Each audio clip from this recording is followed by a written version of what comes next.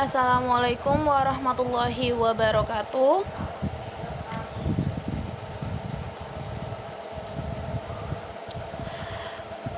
Selamat pagi Bapak Saifuddin, saya Lukita Ayuwardani, NRP 50123 Hari ini akan mempresentasikan hasil analisis amplifikasi tanah dan karakterisasi situs berdasarkan soal EAS yang diberikan, yang meliputi analisis model teoritis dan studi kasus data seismik nyata.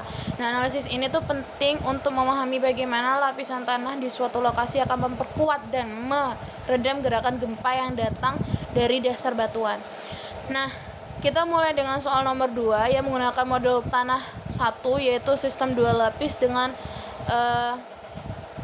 lapisan batuan dasar Fs sama dengan 600 m per s.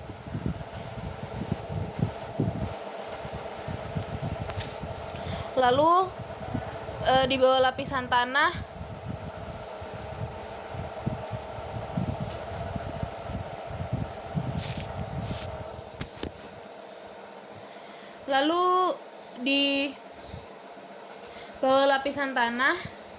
Fs sama dengan 300 m per s.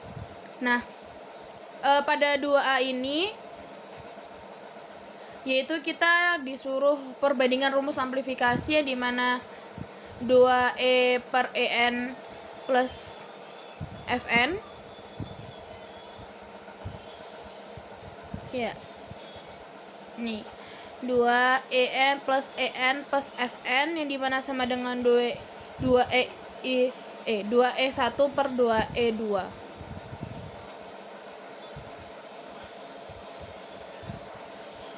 Nah, versus 2E1 per 2En. Nah, pada grafik ini pada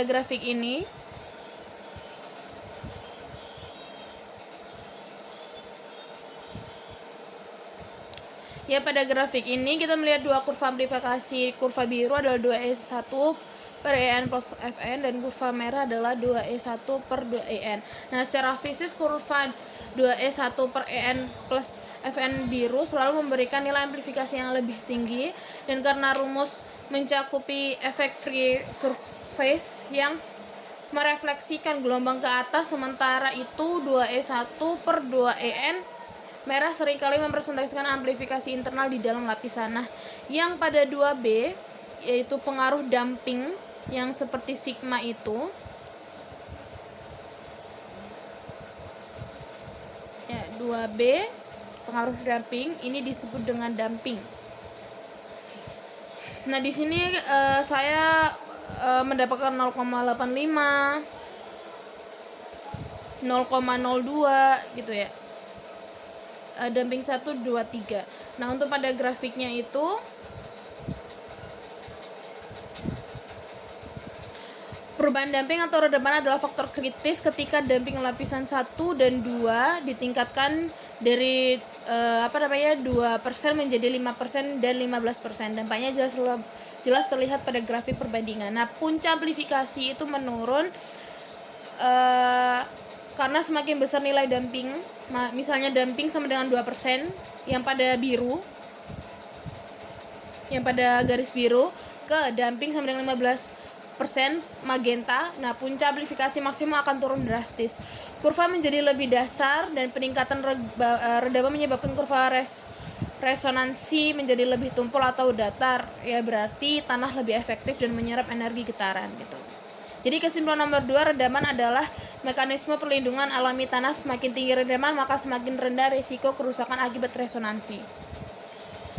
Nah, pada soal nomor 3,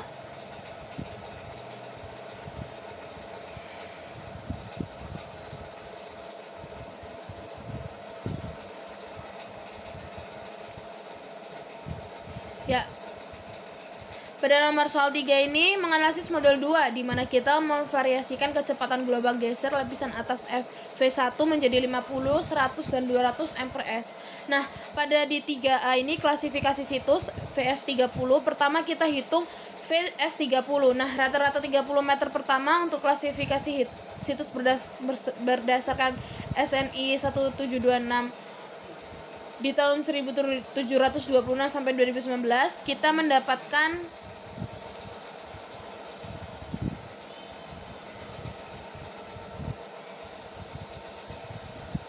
Oh ya, untuk yang tadi di nomor 2 itu kami mendapatkan dumping, mohon maaf ada yang salah di sini. Dumping 1 sama dengan dumping 2 sama dengan 5% maksudnya ya. Nah, pada nomor 3 ini perbandingan amplifikasi di dumpingnya itu ada 0,02. Nah, saya dapatkan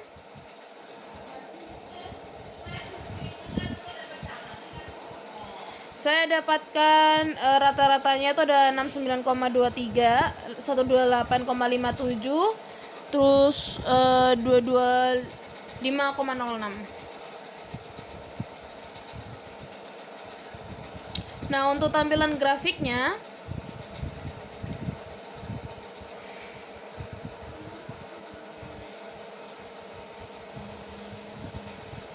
oh ya, ini gambar grafik 2B amplifikasi dumping 15%. Yang ini yang semakin tinggi, yang ini rendah. Dan untuk ini yang dikomparis.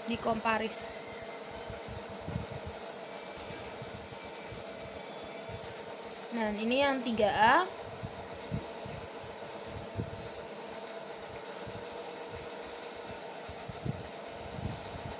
Nah, yang di 3A grafiknya seperti ini. Dan untuk yang di 3A versus 150 terlihat ini semakin memiliki grafik yang sedikit menjulang dan menjorok ke bawah, tidak setara gitu tingginya, sedangkan yang 100 ini lebih ke setara frekuensinya.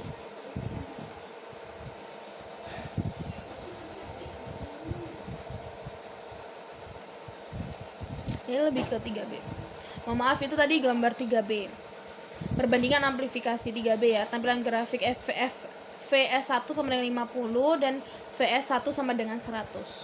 Saat VS1 meningkat dari 50 M/s ke 100 M/s.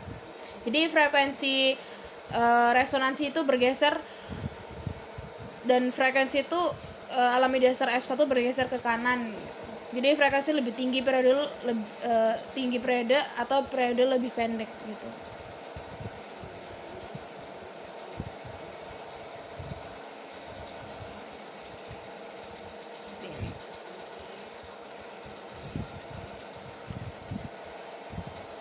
Jadi tanah menjadi lebih kaku dan sehingga beresonansi lebih cepat. Jadi VS1 M/s situs E itu memiliki frekuensi 0,6 Hz, dan VS1 sama dengan 100 M/s situs E frekuensi 1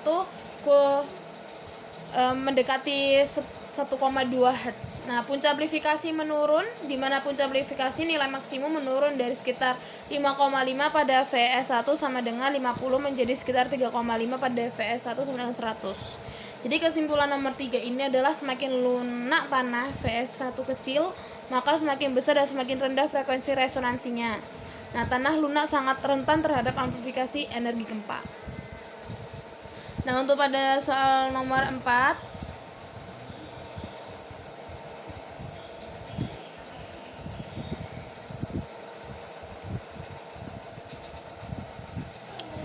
menganalisis model 3 dengan memvariasikan tebal lapisan atas H1 menjadi 10, 50 dan 100 M. Pada 4A ini perhitungan VS30 menunjukkan bahwa variasi H1 menyebabkan ada di sini H1 sama dengan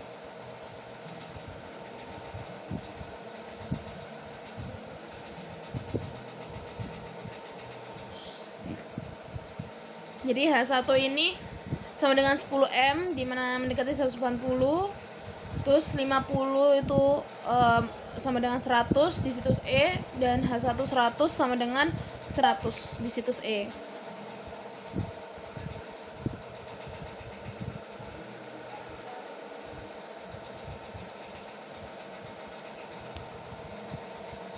Untuk nomor 4 pada grafiknya,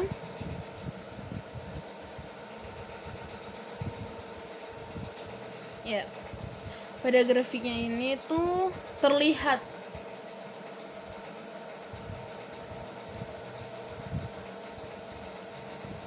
grafik perbandingan amplifikasi untuk variasi tebal lapisan itu menunjukkan bahwa lapisan tipis H1 sama dengan 10M memiliki frekuensi resonansi paling tinggi sekitar 3-4 Hz. Lapisan tipis beresonansi pada periode pendek, dan lapisan tebal H1 sama dengan 100M memiliki frekuensi resonansi paling rendah sekitar 0,2 Hz. Tanah yang tebal menghasilkan periode alami yang sangat panjang. Jadi puncak amplifikasi secara umum lapisan yang sangat tebal H1 sama dengan 100M cenderung memiliki puncak yang lebih rendah di rentang frekuensi signifikan gempa, walaupun puncaknya masih sekitar 4.